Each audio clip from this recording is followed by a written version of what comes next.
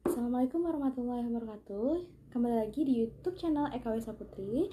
Jangan lupa like, comment, and subscribe. Selamat menikmati materi, semoga bermanfaat. Berdoa dimulai. Berdoa selesai. Jadi kita akan masuk ke materi selanjutnya, bab baru dan terakhir sebelum kita masuk ke ulangan. Insya Allah ulangan akan diadakan di awal Desember. Jadi silahkan bersiap-siap. Kemudian materi ini tidak ada di LKS kalian aspirasi karena bab fungsi dan relasi ini sebenarnya satu kesatuan dengan bab fungsi di inverse dan komposisi. Cuman kalau yang buat AKS itu dengan yang membuat silabus atau daftar materi itu kayak gak sinkron gitu. Jadi materi ini adalah prasyarat sebelum masuk ke materi fungsi, komposisi, dan inverse. Nah, itu akan dibahas di semester 2. Kita akan masuk relasi dan fungsi ini di bab 1. Insya Allah 2 pertemuan saja, kemudian selanjutnya akan latihan soal. Nah, di sini kenapa kita ambil materi prasyaratnya untuk komposisi dan fungsi? Sebenarnya kenapa jadi itu prasyarat? Karena sudah ada di SMP. Langsung saja ya. Here is where your presentation begin. Nah, yang akan kita bahas ini nanti, yang untuk kali ini, definisi relasi, domain kodomain rank, fungsi dan sifat khusus fungsi. Relasi. Ada di SMP kan? Apa itu relasi? Tunjuknya gambar bapak-bapak pakai jas bersalaman. Artinya apa? Hubungan. Nah, suatu relasi atau R dari himpunan A ke himpunan B adalah memasangkan atau menghubungkan anggota himpunan A ke himpunan B. Relasi A dan B ditulis sebagai R dari A ke B. Nah, ini contoh dari relasi tentang menyukai atau buah kesukaan. Jadi ada Edi suka melon, Budi suka mangga, Susi suka apel, Wati suka melon dan jeruk. Nah, suatu relasi dapat dinyatakan dengan yang pertama adalah diagram panah. Contohnya seperti ini ya, kalau ada kasus ini agak nggak kelihatan ya. Saya bacakan aja ya. Diketahui A, himpunan A itu Andre, Dudi, Tina, Hilda, dan Anton. Dan himpunan B adalah basket, badminton, renang, musik, dan sepak bola. Kemudian gambarlah relasi dari A ke B yang menyatakan mengikuti ekstrakurikuler dengan diagram panah dengan rincian basket diikuti oleh Andre dan Anto, badminton diikuti oleh Dudi, renang diikuti oleh Tina, musik diikuti oleh Hilda, dan sepak bola diikuti oleh Anton. Nah, di sini himpunan A ke B katanya, berarti himpunan A-nya siswa berada di kiri, ekstrakurikulernya di kanan. Tinggalkan pasang-pasangan aja. Andre ikut apa? Basket. Dudi ikut badminton. Tina ikut renang. Hilda ikut musik. Anton ikut basket dan sepak bola. Kemudian, selain koordinat kartesius juga selain diagram panah, relasi juga dihubungkan atau dinyatakan dengan koordinat kartesius. Contoh soalnya adalah misalnya himpunan A ada Ani, Irfan, Arman, Ahmad, Erwin. Himpunan B bakso, nasi goreng, mie ayam, coto, ikan bakar. Gambarlah relasi dari A ke B yang menyatakan makanan kesukaan dengan koordinat kartesius. Nah, di sini rinciannya adalah Ani menyukai bakso dan nasi goreng, Irfan menyukai mie ayam, Arman menyukai nasi goreng, dan coto, Ahmad menyukai ikan bakar, Erwin menyukai bakso. Nah, ini yang himpunan A-nya kan dari A ke B, maka himpunan A-nya di bawah. Namanya ada Ani, dihubungkan dengan bakso dan nasi goreng. Dikasih titik-titik aja. Irfan mie ayam, Arman coto, Ahmad ikan bakar, Erwin bakso. Kemudian himpunan pasangan berurutan. Contohnya diketahui himpunan A ada Ali, Budi, Rashid, Rina, dan Umi. Himpunan B adalah merah, biru, putih, hitam, ungu. Gambaran relasi A ke B yang menyatakan warna kesukaan dengan diagram panah. Dengan rincian Ali menyukai warna putih, Budi menyukai warna biru dan hitam, Rashid menyukai merah, Rina menyukai putih dan ungu, Umi menyukai warna hitam. Nah, ini mengulang aja SMP ya, kita pasangkan. Di sini kan Ali menyukai putih, berarti Ali putih. Kemudian Budi menyukai biru dan hitam, ditulisnya 2 kali. Budi biru, Budi hitam. Habis itu Rashid merah, Rina putih, Rina ungu, karena 2 tadi, Umi hitam. Nah, kemudian selanjutnya adalah domain, kodomain, dan rank. Nah, di himpunan pasangan berurutan atau di diagram panah atau sumbu kartesius itu selalu ada juga yang namanya domain, kodomain, rank. Tapi di sini saya memisahkan di diagram panah. Ini udah ya di SMP. Jadi harap dibuka lagi memorinya. Nah, domain atau daerah asal nih adalah himpunan A. Kita misalkan ini himpunan A dan himpunan B, di mana dia itu yang sebagai daerah asal atau daerah awalnya. Nah, kemudian kalau kodomain atau daerah kawan itu panahnya dikemanakan. Misalnya dari A ke B, berarti himpunan A-nya adalah domain, himpunan B-nya adalah kodomain. Sedangkan rank atau daerah hasil adalah kodomain yang memiliki pasangan di A atau di domain. Nah, kita lihat contohnya ya teman-teman. Nah, ini ada diagram panah. Kita tentukan domainnya adalah yang berada di himpunan A, berarti A, B, C, dan D. Walaupun nanti himpunan A-nya itu ada yang nggak ada pasangan, tulis aja semuanya. Kemudian kodomainnya itu adalah semua yang ada di himpunan B, tulis aja semuanya, mau punya pasangan kayak enggak, kayak tulis 1, 3, 5, 7, 9. Kemudian rank itu adalah yang punya pasangan yang ada di A, yang jomblo ditinggal. Nih, 1 nggak usah, 9 nggak usah. Berarti nulisnya adalah 3, 5, dan 7. Lagi. Nah, di sini yang namanya adalah koordinat kartesius. Yang menjadi domain itu adalah himpunan A yang di bawahnya, kemudian yang menjadi kodomain yang tegak ini. Oke. Berarti domainnya adalah 1, 2, 3, 0, 1, 2, 3, 4, 5. Kemudian kodomainnya 0, 1, 2, 3, 4, 5, 6. Ranknya berarti adalah yang ada titiknya. 1. Nih, 1. Kemudian nih 2, 3, dan 6.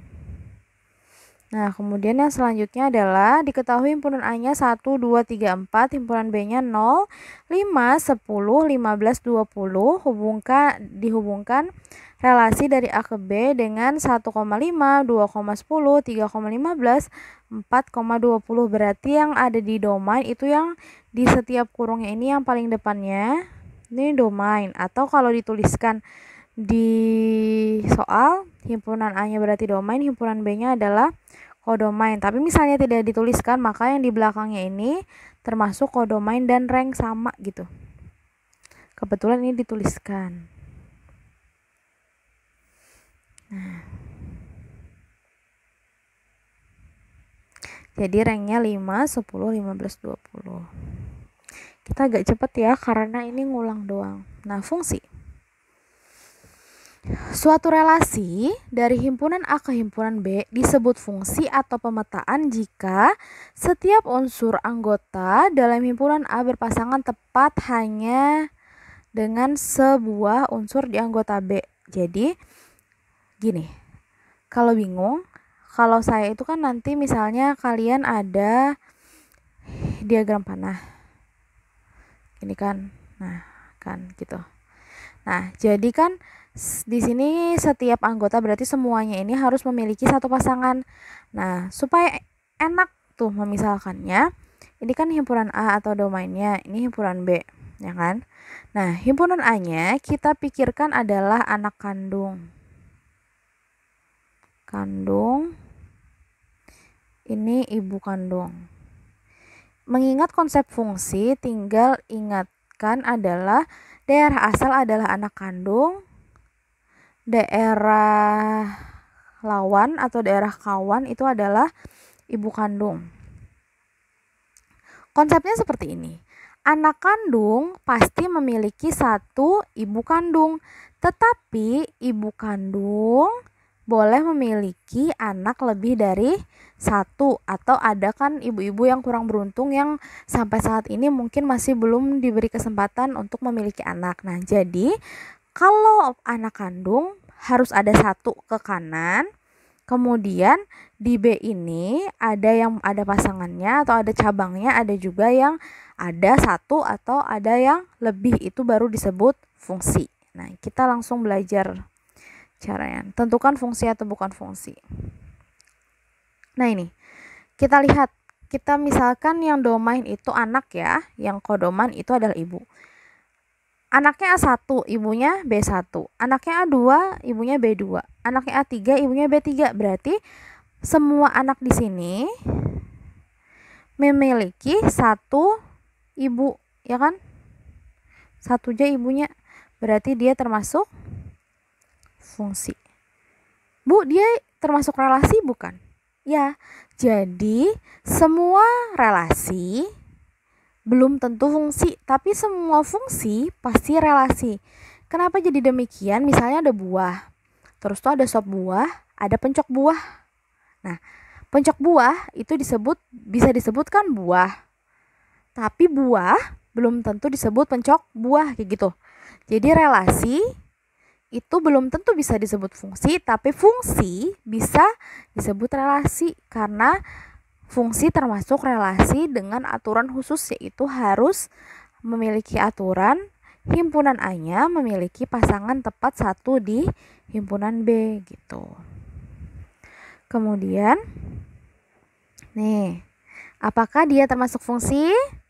1, mamanya 1, 2, mamanya 4, 3, mamanya 9, 4, mamanya 16. Nah, sedangkan si nomor 25 itu tidak punya anak, tidak apa-apa. Yang penting anak kandung pasti memiliki ibu kandung. Berarti ini juga termasuk fungsi. Nah, kemudian soal selanjutnya. Nih, 2. Cabangnya kemana tuh? 3, 4, 5, 7. Mungkinkah seorang anak memiliki ibu kandung sampai 4 orang? Tidak mungkin. Artinya ini termasuk bukan fungsi, tapi dia masih relasi gitu. Kemudian, nah ini. Kita lihat satu-satu. Perhatikan.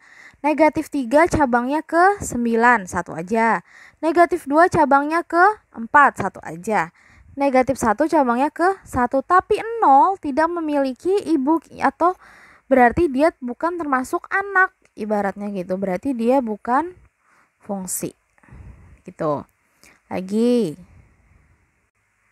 kalau belum paham videonya silahkan diulang-ulang ya. Nah, A1 pasangannya B1, A2 pasangannya B2, A3 pasangannya B3, A4 pasangannya B3. Nah, di sini ada satu ibu yang memiliki 2 anak, tetapi nggak apa-apa. Yang penting masing-masing anak memiliki satu ibu, berarti dia termasuk fungsi. Lagi, nah di sini kalau grafik itu menentukan fungsi dan tidak, silahkan kalian tarik garis tegak atau garis vertikal, betul ya? Nah, ditarik garis apa? Nah, sebentar. Nah, teng. Kalau nggak muncul. Nah, ditarik garis vertikal itu sebanyak-banyaknya, nggak apa-apa. Minimal 1 kok. Nah, seandainya dia memotong di 1 titik, artinya kan dia hanya memiliki domainnya pasangannya 1. Ini kan pasangannya 1 kan, berarti dia termasuk fungsi. Nah, jika seperti ini, nih kita tarik garis, kemudian dia memotong di 2 titik, dan di samping-samping sini dia nggak ada motong sama sekali, berarti dia itu disebut bukan fungsi. karena ini memotongnya 2 di setiap garis yang dibikin. Harus memotongnya 1 di setiap garis yang dibikin. Nah, di himpunan pasangan berurutan tinggal kalian lihat depannya saja pintar. Asal depannya ini berbeda, maka dia disebut fungsi gitu. Depannya ini 1, 2, 3, 4, berarti ini fungsi. Tidak usah pedulikan yang lain. Nah, yang G ini yang ada terulang adalah 2. Nah, terulang berarti dia bukan fungsi. Kemudian selanjutnya 1, 2, 3, 4 depannya berarti dia fungsi. Kemudian di depannya 2 semua. Di depannya itu cuman terulang sekali aja tidak boleh, apalagi ini terulang sampai 4 kali. Berarti dia bukan fungsi. Nah, kemudian sifat khusus fungsi.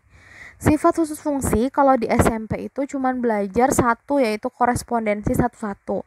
Tapi kita belajar sedikit tentang fungsi injektif. Nih kalian harus membedakan, nanti ada 3, injektif, surjektif, dan bijektif. Harus bisa membedakan ya. Nah, disebut fungsi injektif jika setiap anggota himpunan A memiliki bayangan yang berbeda di himpunan B. Artinya dia itu tidak boleh memiliki ibu yang sama, tetapi di himpunan B boleh ada ibu yang tidak punya anak. Yang penting anaknya itu anak tunggal. Nah, kita lihat di sini ada 3 gambar. Gambar yang pertama, A1 pasangannya B1, A2 pasangannya B2, A3 pasangannya B3. Berarti mereka memiliki ibu yang berbeda. Kemudian di gambar yang kedua, A1 dengan B1, A2 dengan B3, A3 dengan B4. Di sini termasuk injektif juga karena mereka memiliki ibu yang berbeda, walaupun ada satu ibu yang kurang beruntung, yaitu B2 itu tidak memiliki anak, tidak apa-apa karena dia tetap disebut injektif. Kemudian yang ketiga bukan injektif. Kenapa? Karena A2 dengan A3 memiliki ibu yang sama, yaitu di B3, maka dia bukan disebut injektif. Sedangkan fungsi injektif syaratnya adalah jika setiap anggota himpunan A memiliki bayangan yang berbeda, artinya memiliki ibu yang berbeda. Nah, kemudian sifat yang kedua yaitu adalah fungsi surjektif atau onto. Jika setiap anggota himpunan B memiliki bayangan paling sedikit 1 di himpunan A, berarti tidak ada yang boleh tidak punya anak di himpunan B. Nah, di sini gambar yang pertama A1. Kita lihatnya dari himpunan B aja karena syaratnya di himpunan B. B1, B2, B3 itu sudah punya pasangan kan? B1 ada 1, B2 ada 1, B3-nya ada 2. Kemudian yang gambar kedua, masing-masing dari anak memiliki ibu masing-masing 1 juga, berarti surjektif. Kemudian yang ketiga, kenapa jadi bukan surjektif? Ada B2 yang kurang beruntung tidak memiliki ibu. Sedangkan syaratnya harus memiliki paling sedikit 1, berarti tidak boleh tidak punya anak gitu. Yang terakhir adalah fungsi bijektif atau sering di SMP dikenal adalah korespondensi satu-satu. Nah, ini sebenarnya adalah fungsi gabungan dari fungsi surjektif dan fungsi injektif, di mana syaratnya tadi kalau fungsi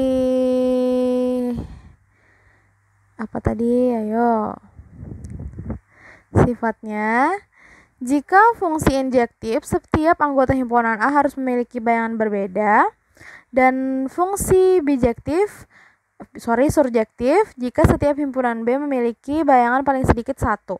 Nah, di sini jika dikatakan bijektif, jika setiap anggota himpunan A memiliki tepat 1 pasangan di B, atau bisa dilihat dari ciri-cirinya, misalnya domainnya sama dengan jumlah domain sama dengan jumlah kodomain sama dengan rank. Jadi misalnya himpunan A-nya 4, maka himpunan B-nya juga 4 dan mereka masing-masing panahnya cuma 1. Nah, seperti ini. Oke. Semoga dapat dipahami. Kalau masih belum jelas atau masih lupa, dibuka lagi catatan di SMP-nya. Videonya diulang-ulang, atau kalau mau bertanya di grup silahkan. Sekian dulu. Wassalamualaikum warahmatullahi wabarakatuh.